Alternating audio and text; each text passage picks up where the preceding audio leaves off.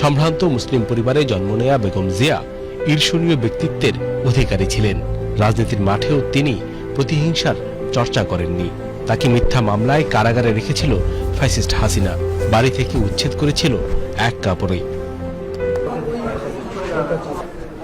আজকে যেভাবে আমাকে অপমান করা হয়েছে, ঘরের দরজা ভেঙে, আমার বেডরুমের দরজা ভেঙে রীতিমাত্র ট্রেনিং হিচড়ে তারা বের করেছে এবং এমনভাবে বলছে যে পুরুষ মানুষ এমনভাবে বলছে যে জোর করে ওনাকে উঠিয়ে নিয়ে আসেন, জোর করে দরকার হলে ওনাকে কোলে উঠিয়ে নিয়ে আসেন। এরকম ভাবে একটা সরকারের এই আচরণ, ওনারা ধাক্কা দিয়ে আমাকে গাড়িতে উঠিয়েছেন।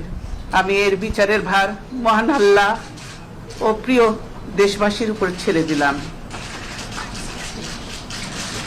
সে অবস্থা করেছে, সারাদিন আমি মানুষটা কিছু খেতে পর্যন্ত পারিনি। তারপরও বিদ্বেষের লেশ মাত্র ছিল না খালেদা জিয়ার মনে। খালেদা জিয়া ও তার পরিবার নিয়ে ফ্যাসিবাদী মিডিয়ার কুৎসার সয়লাভের যুগে নতুন প্রজন্ম বেগম জিয়াকে দেখেছেন নিঃসঙ্গ এক যোদ্ধা হিসেবে, যিনি তরুণ বয়সে স্বামীকে হারিয়েছেন। দুই ছেলে বাধ্য হয়ে বিদেশ বিভুঁইয়ে, এরই মাঝে ছোট ছেলের মৃত্যু, তারপর প্রবীণ বয়সে কারাবাস।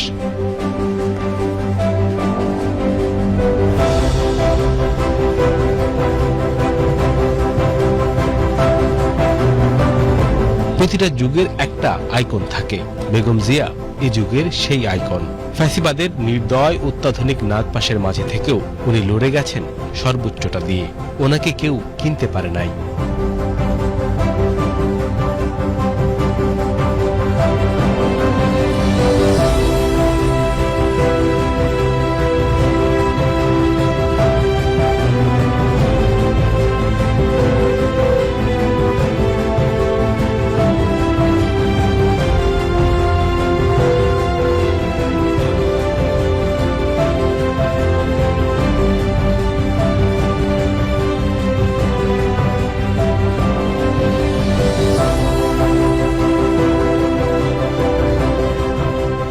ঠিকই জীবনের শেষ সময়ে বিজয়ের দেখা পেয়েছেন বেগম জিয়া।